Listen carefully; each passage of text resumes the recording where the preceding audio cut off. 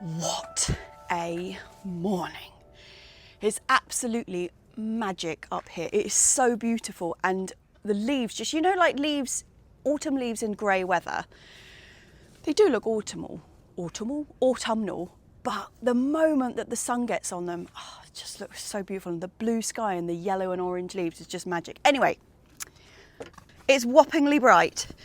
This is the list of things that we're going to crack on with this morning while we've got this sun, because it's not supposed to last all that long. About halfway through this afternoon, so like 3 o'clock-ish, the rain is setting in and we've got a storm coming, which is, I think, going to knock, oh, it's a bit bright, which is, I think, is going to, no, I have to, knock a lot of the autumn leaves off, which is such a shame. So we're just going to enjoy it while we can. But the main jobs is mostly clearing. We've got the leaf mould bin to clear and refill with a lot of the leaves that we've got piled around. Bits and pieces of emptying the spent compost of things that we've finished with this year. So she's just going to go in the compost heap, but we need to just do a big tidy on that front and see what's what. And then there's got sow peas, I've got the shallots to go in, loads of stuff to do. We're just going to enjoy the sunshine for a bit, chaps. Just going to enjoy the sunshine. I think Mum has already, has she? Yeah, she has leapt into action. She is cracking on with emptying that leaf mould bin. Hey girls, got to sort out these leaves, haven't we? Hey girlies, I know, I'll leave these ones for you. I will. I'll leave these ones low. Sitting in the sunshine, Val. Oh yeah. Sweet little sausages, they look like they're melting when they do that. Right, but as you can see, we have got started piling up the leaves, but nowhere to put it. So we are going to go and get our leaf mould bin sorted out. What an outrageously beautiful day.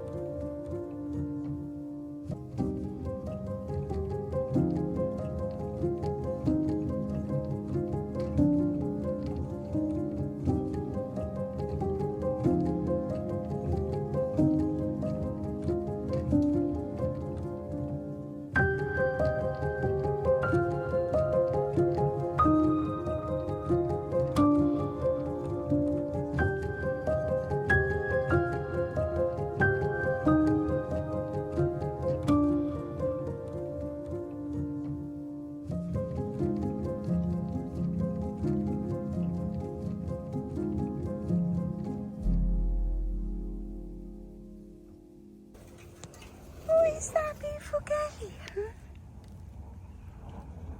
Hey? Enjoying the sunshines? Are you enjoying the sunshines?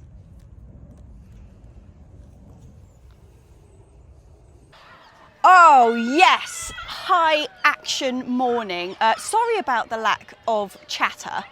It's more that we were just like, well, we know we've only got sun for a couple of hours. Let's just bish bash bosh, basically. But we have emptied the leaf mould bin. Fab.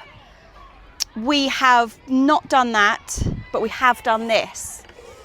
So these are sow the peas, put the shallots into pots, shallots into pots, put your shallots into pots, put your shallots into pots, and raise the netting on the field beans because they're all coming up. Let me show you.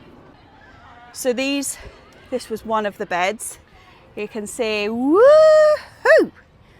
Oh, the little field beans are coming up. We are going to have to thin these, but we'll let them get a little bit bigger before we thin them because then we can eat them because the tops of them are so delicious. So we'll let them get a little bit bigger before we start thinning. But it's the netting is obviously really quite low because we were just trying to stop them being eaten before they germinated. They're still going to need netting because the birds will go for them, including our birds. But we just need to raise that. Anyway, we haven't quite done that, but we have done a lot of raking. One of the things we did is we've moved the cold frame.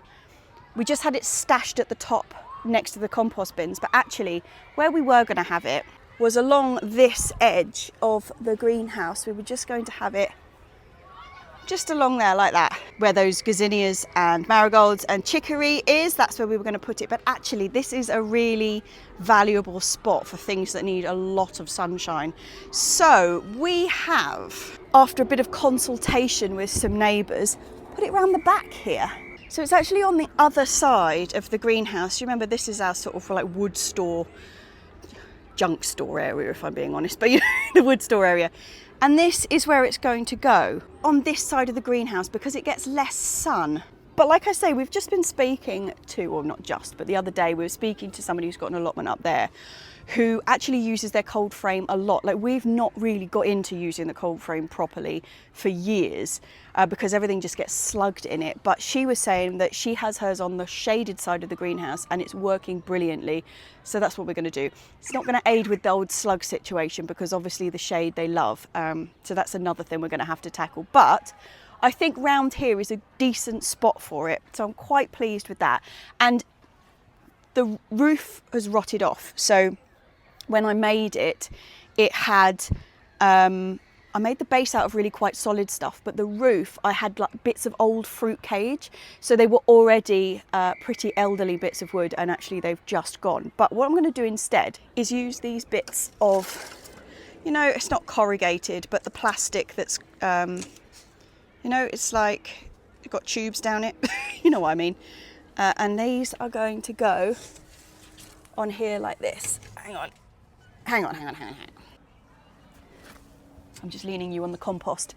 These are going to go across here like this and be the lid. I'm going to stick them together with the polytunnel tape and that'll work fine. I've got loads of this stuff which was offcuts from one of my neighbours was having a bike shed made. So we'll be able to cover that whole lot and that'll be really nifty. Quite pleased with that. So that is now out of the way. What else have we just done that I've got to show you? Oh, I was going to show you the leaf mould. It's cracking on good. Don't really know what cracking on good was supposed to mean. But anyway, so I've got the majority of the leaves up from here. The robins and the girlies are loving it. Obviously, there's areas, we're not just going to clear everything of the leaves because like areas like this, we'll leave all the leaves down there and it's important to leave some leaves, you know, where they are. And all of the flower beds and everything and along the edge and in the fruit cage and all the edges of the allotment, we're not going to touch the leaves. It really is just the paths because leaving the leaves on the paths absolutely kills the grass. And by the time spring comes along, we've got no grass left. So we take them off the path and leave them pretty much everywhere else.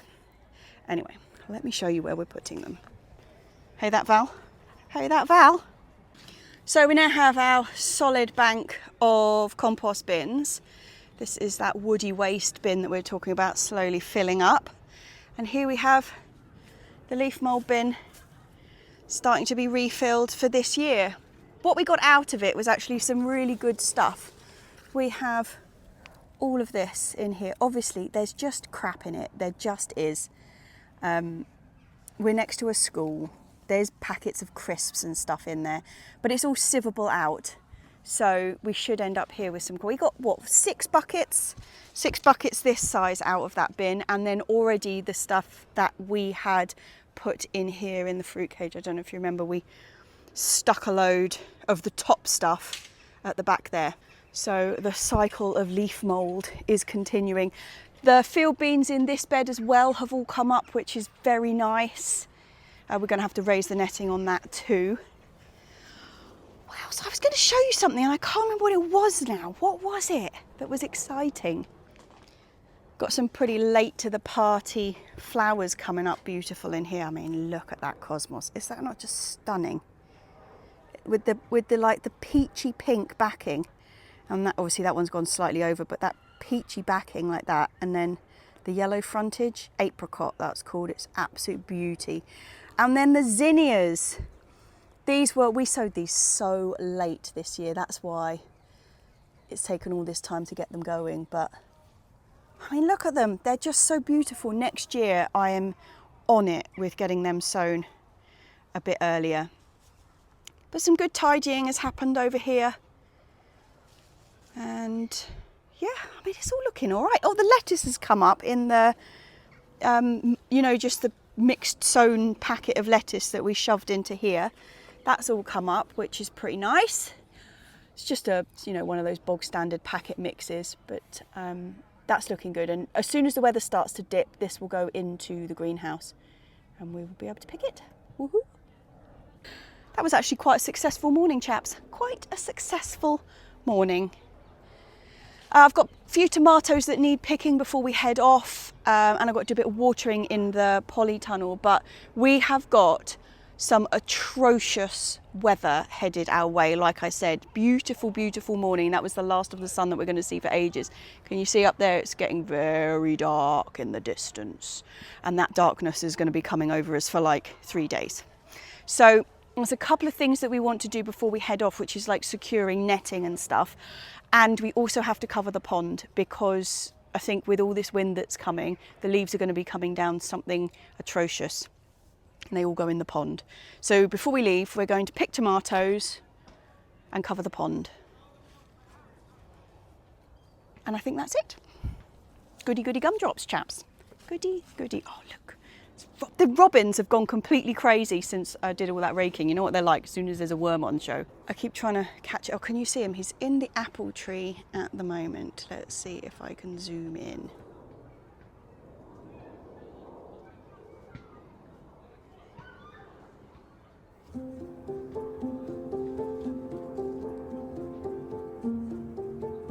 Hello.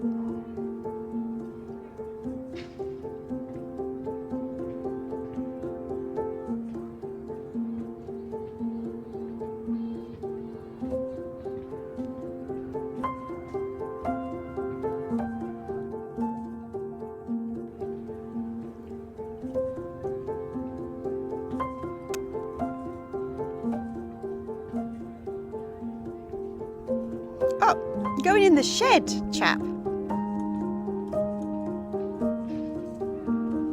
Actually, to be fair, there's probably girlies' treats. There is in the stool. Treats for the girlies have been spilt. Oh.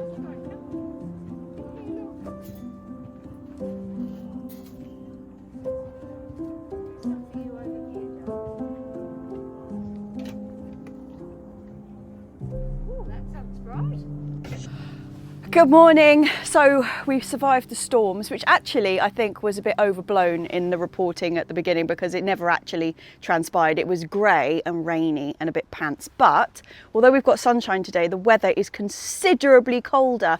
As you can see, we've got joint hattage on today. I think this is the first proper hat wearing session of the year so far. Well, of the, post-summer year so far. Anyway, the main things on the list today are the three bits that we didn't get done, whatever it was, 2 days ago, which is sowing peas, getting the shallots in and raising the netting on those field beans. That is the mission for today. Right, off we go. Good to go? Yes, I'm good to go. Oh, the robin's come out, see? I'll go and... Right. Now I know the peas. There's the peas. These are the peas. And the shallots, we don't have a lot of them. How many have we got? 3, 6, 7. We've got 8. But if this year was anything to go by, the girl who got them for us picks them up north. They've got a caravan. I don't even know where it is actually, but it's way up north. And she picks these bits and pieces up from the garden centres up there. And she grew these exact ones last year. And my goodness, were they stunners. They were just like, wow. I think she must have got about 15, 16 off each one. So 8 is very much enough. A bit like with garlic though, you know that we've got the garlic white rot or the allium white rot and all that kind of nasties in our soil here. I'm going to start these off in pots and then we'll work out where we're going to be putting them afterwards. It might be into big troughs or we might be putting them into the troughs in the greenhouse. I'm not quite sure, but we're going to get them started off anyway. So peas and shallots for the win, chaps, for the win. So I think, well, as you can see, I don't know if you can see this pile here. We did all that raking, and as is this time of year, you rake it all up and you turn your back for 5 minutes and it is all back. So Mum's been doing a bit more piling as we go, so these will go into the compost bin too. But, oh, you're right there, Rubes. Out you go. In here, now I don't know whether to do individual pots or put them in here. How big are they? You see, they're quite sizable. I think that's going to be too small. I'll put them in these. Is that going to be a better size? Yes. Excellent. And then the peas, I was going to direct sow them into the polytunnel, but I don't know whether to give them a bit of a head start in here or whether we just put them in. You see, it's warmer in here than it is in the polytunnel, so they might have a better chance of actually getting going and we can water them a bit more consistently in here. I'm going to start the peas in here as well. So everything's being started in here this morning. Right, actually these spring onions look like they're probably ready to go out. I could probably get them out, and the endive actually. Okay, there's stuff to do. There is always stuff to do. Let me get some compost.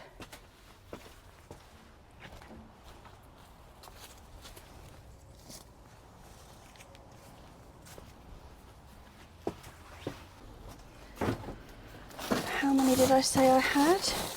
1, 2, 3, 4, 5, 6, 7, 8. So I'm starting them in pots. 2, 3, 4, 5, 6, 7, 8. For a couple of reasons. But actually the main one is, although you can plant these shallots direct outside anywhere between sort of September and December, obviously not when the soil's frozen, but if your soil's still good in December, you can still plant them out.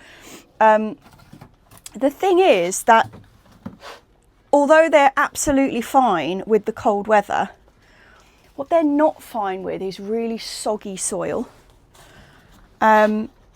So the temperature's not going to do them any harm, but if they're sitting outside in wet soil, and obviously you can't control how wet it is over winter, just out and about, they can rot out.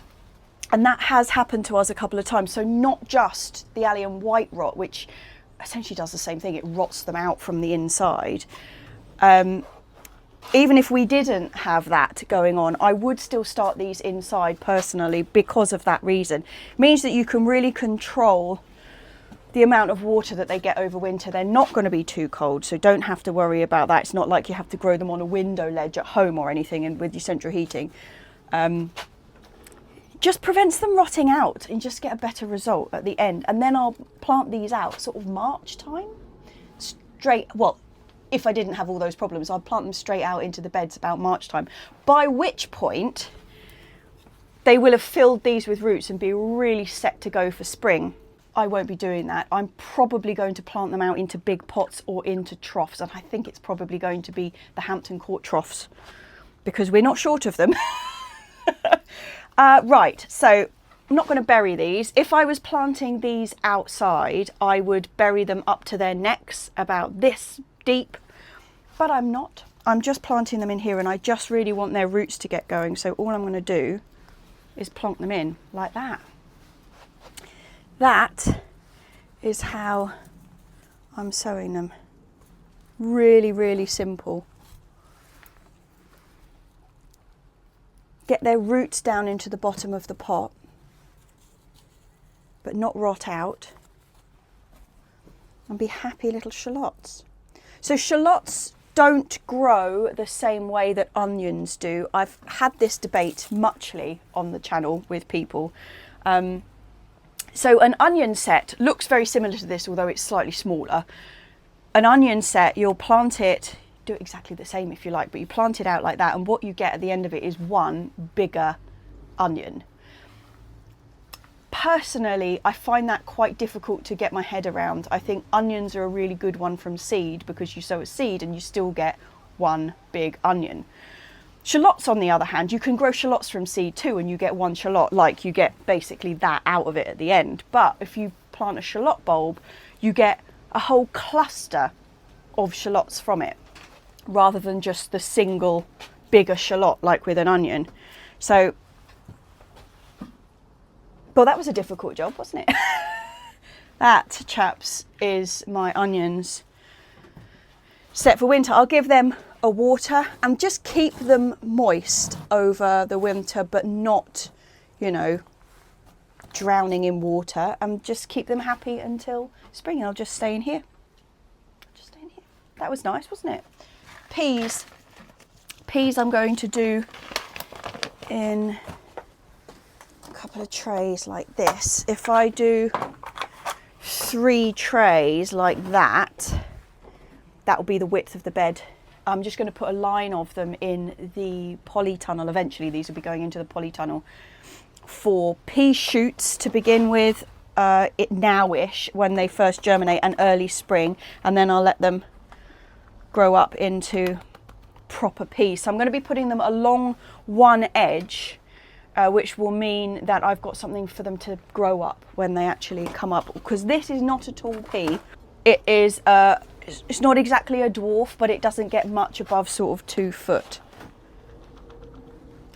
as opposed to some of them that can get to like 6 or 7 foot. So I'm not going to push that compost down until I've sown my peas. Oh, that one has sown itself.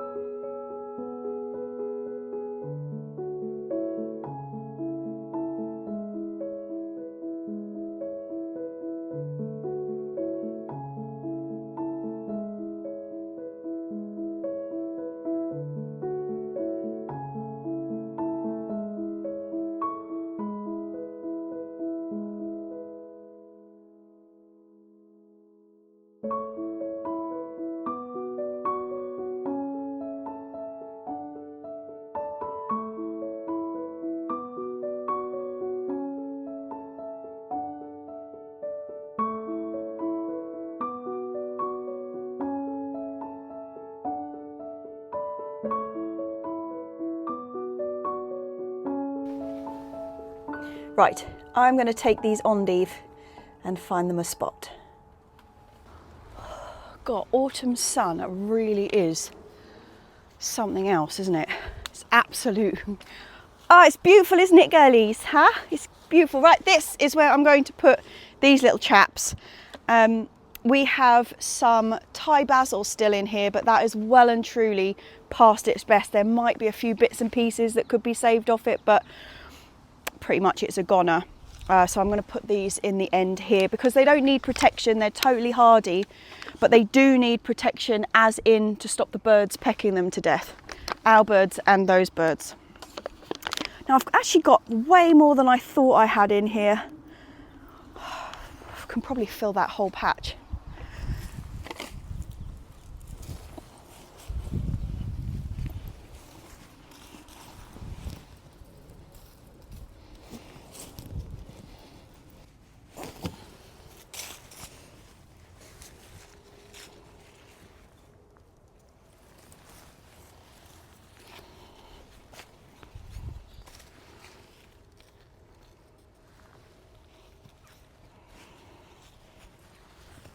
Yeah, these are the Thai basil. They have actually done us really well. These are the ones from Hampton. So yeah, they've served us extremely well. It's a couple of bits and pieces that are worth saving in the sense that they've got such a strong smell and flavour, but you only really need the tiniest bit for it to really impact what you're eating. So I will save what's there because that will freeze. A little bit like if you watched my extra, like the bonus video last week, which was about freezing basil in a whizzer with olive oil. I'll do the same to this. I mean, I've probably got 2 ice cubes worth here, but it's still worth it. Yes. I do actually have a few more of these plants just coming along in the polytunnel that I'm hoping I'll be able to get a bit more of a leaf crop off before it's too cold for them, and we'll be able to, you know, have a bit more of a store for the winter.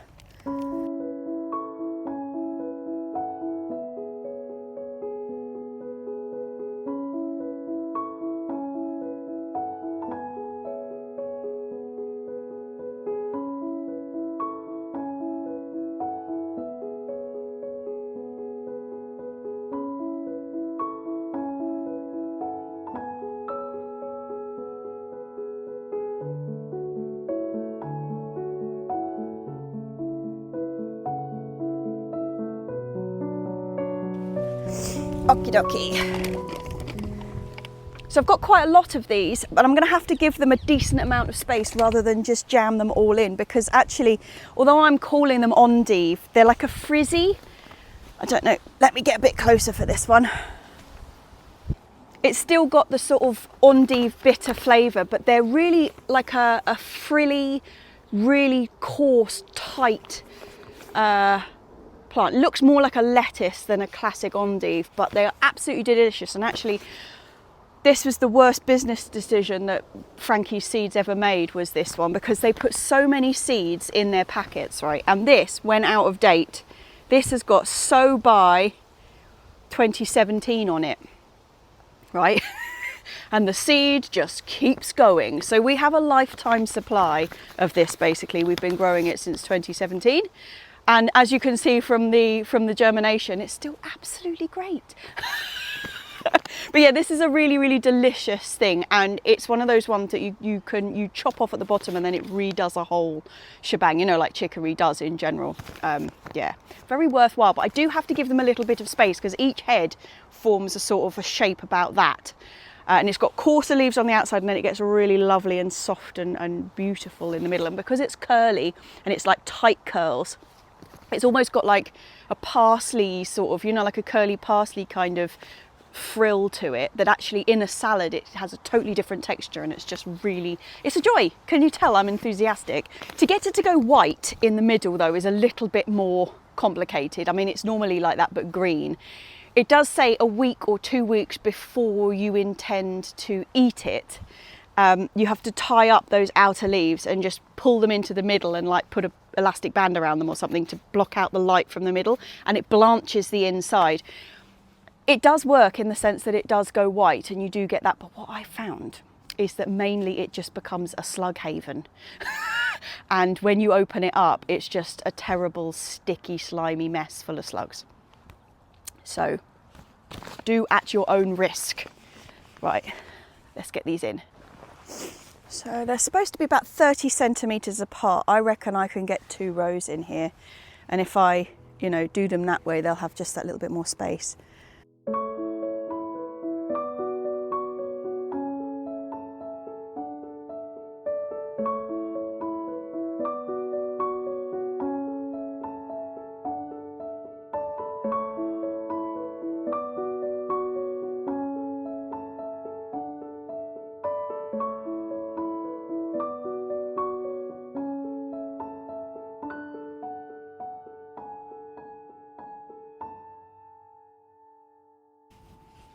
Now they are really lovely, but because they're like ones that you pick and then you can come back to them, you don't actually need that many. So I'm probably going to plant this 8 and then I will put the remainder of them up on the freebies bench that we've got up at the top and see if somebody else wants one. I've actually already given away 2 cubes of them, not cubes, you know, 2, what are they called? 2 pots from this bundle. Right, there we go. It's only about 40 left. Okie dokie, where's my piece of chalk? It's not here. Okay, let's go for this one. So we have sown peas, we have put the shallots in. I've obviously also planted out the endive, not on the list, pants. Yay! So the only other thing that's really needs to be done on here is this, which is raise the netting on those broad beans. And actually, the pots I was just carrying, which are here, this is what I'm going to use. We're going to keep the netting that we've already got on there on them, and I'm just going to shunt these underneath just to lift them up slightly. Because there's quite a lot of give in this netting, and what I want to do is get this net up before the leaves start opening, because otherwise then it's going to be very difficult to get the net up. Oh, you see it's already just starting there. Oh, I've pulled the top leaves off. I shall eat them. Oh God, they're delicious. Yum. Okay, you see I should have done this just before the storm.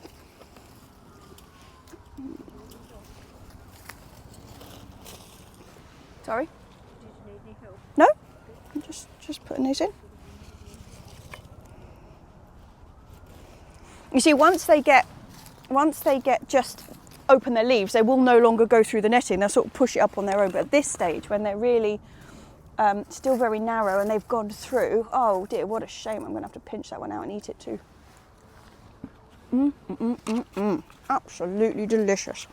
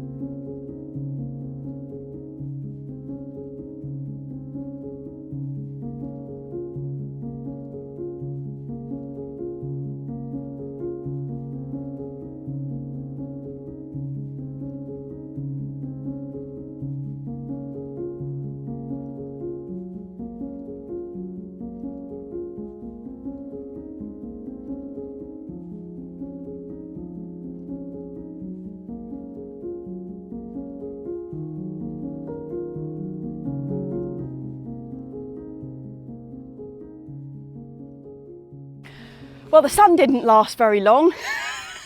It's now grey and cold rather than sunny and cold. So we're going to pick something to have for lunch and then head off, I think, because it feels distinctly like rain.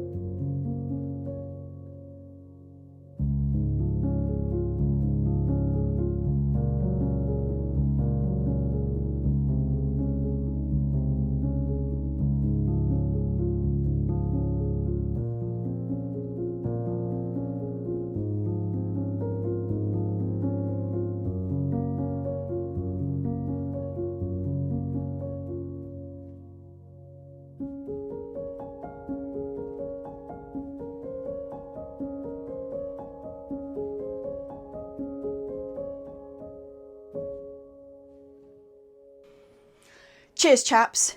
Cheers to the unbelievable feeling of writing a to-do list and then managing to tick everything off it. I love that. I love it. So yeah, we did get some good stuff done this week. I think probably the most underplayed achievement of this week was emptying the pots. So I was in a bit of sped up footage when we were just doing the big tidy up, but it was things like, at the beginning of the year, we had so many excess tomato plants and we did find homes for the vast majority of them, but there was still like maybe 8, 9 just sitting in a tray, had been potted up into like 7cm pots, you know, quite small, and had just sat there all year doing nothing. You know they're not going to do anything. You can't get them going over the winter. I don't have that kind of facility. And they just sat there and they just make you feel really miserable every time you look at them because they weren't able to do what they were supposed to be doing. And anyway, all of that stuff has been cleared. The aubergines that were going nowhere, the tomatoes that were going nowhere, things that have kind of died in pots and we've just left them sitting there. It's all clear. And all of that compost actually went into our usable compost bin. So you know the 3 bins like for our bog standard compost process, like at the top of the allotment. We've got bin number 1 where we put all the fresh stuff in, bin number 2 where all that fresh stuff gets turned over and left, and then once that's rotted down that gets turned into bin 3, and bin 3 is the usable stuff. Well, what we did was take all of that, like essentially it's bought compost mixed with our own compost, you know, that we've been using for potting throughout the year, and put it back into that usable bin, which is going to really aerate it because a lot of it is like extra organic matter and stuff. Stick it all in there, mix it up, and then that's going to be our compost for use in the spring. Gives it, you know, the winter to just sit there doing what it needs to do. Because we do reuse our compost, and by compost I'm talking about bought compost, you know, like the potting compost that you buy. But obviously when you buy it, it's normally got kind of, I don't know, Osmocote or some kind of fertiliser in it. By the time it's had a chili plant or whatnot sat in it for the whole of the season, there's pretty much nothing in there apart from structure. Stick that back in the compost heap and it comes good. Although having said that, used compost is really good seed compost because you don't want a lot of nutrition in a seed compost because they've got it in the seed, and otherwise they go really they just grow funny. But regardless, that's where it's gone, and that I think is my most underrated achievement of this week. But the place is looking so much clearer. Obviously, from now until like January, every time you turn around, there's going to be more leaves down. So that's not a one-time job. That's going to be basically like 3 times a week. But it's quite good to start early because the compost, the leaf mould bin, obviously you know what all of this stuff's like. Compost is the same, but leaf mould in particular, you pile it up and it's like above head height. And within 3-4 weeks, it's sunk right down. It compresses. And so starting early, it means we can just keep like doing a slow infill while it shuffles its way down into being manageable. Otherwise, if you did it all in one hit, you know, like if you left all the leaves go until like the end of December or something and then scoop them all up and put them in, you would need a bin, you know, the size of this room. So yeah. But basically it was not an unsuccessful week, chaps. We had some beautiful sunshine as well as some pretty dodgy weather in the middle, but we got sunshine at either end, so that's all right. This week is looking just a bit grey and wet, but we'll just carry on. We will carry on. So I'm just going to say cheers, chaps. Cheers to everybody who watches every week. I really, really appreciate it. And cheers to my patrons, who are the people who keep it going. They're the names you see at the end of the video. So, yeah.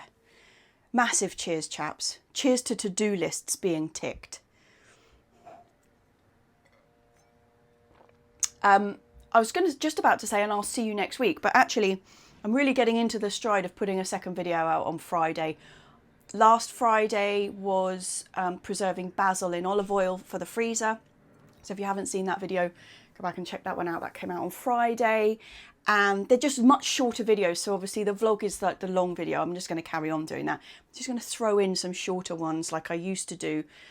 This week is going to be making the chili powder out of the Sugar Rush Peach chilies that we picked last week.